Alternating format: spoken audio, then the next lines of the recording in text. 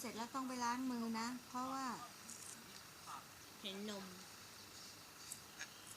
นี่เขาเรียกว่าอะไรครับเป็นมาลัยกระแตเกาะกิ่งแก้วค่ะ สวยนะคะคุณ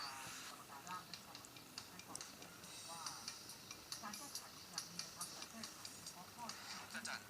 ชื่อกระแตเหรอครับมันใช่เหรอครับแต่มันซนเหมือนกระแตป่า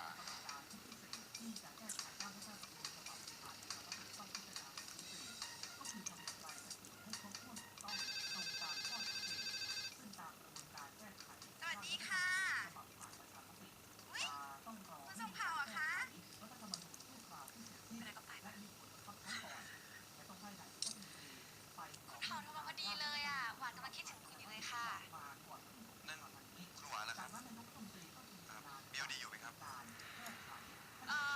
ไม่อยู่ค่ะ แล้วแกก็ไม่ได้บอกอะไรไว้ คุณมีธุระอะไรกับมิวดีป่ะคะเอ่อเปล่าครับพอดีผมเห็นเขาทำพวงมาลัยเป็นรูปกระแตนะครับก็เลยคิดถึงเมียวดีนะครับแต่นี่เขาออกไปไหนบอกหรือเปล่าครับโถ่เอ้ยไม่รู้จักเข็ดป่านี้ไม่รู้หลงไปไหนตอนไหนแล้วหลงทางคงไม่ใช่ แต่ลูกผู้ชายไม่แน่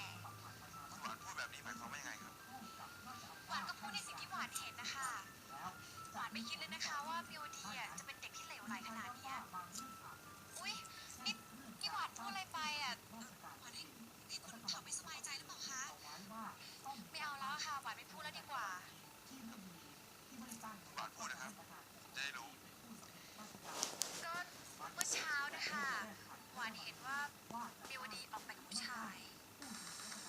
หวานพูดจริงๆนะคะนี่หวานเห็นกับตาเลยค่ะหวานเห็นว่าเขานัดกันที่กำแพงด้านหลังอะค่ะ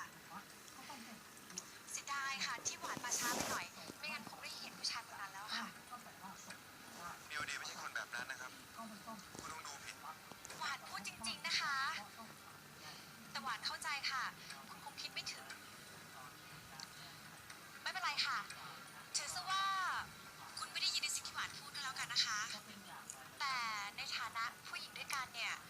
หวานขอพูดตรงๆเลยนะคะว่ามิวดีไม่ได้ใส่ซื่ออย่างที่คุณเผาคิดมาแต่นิดเดียว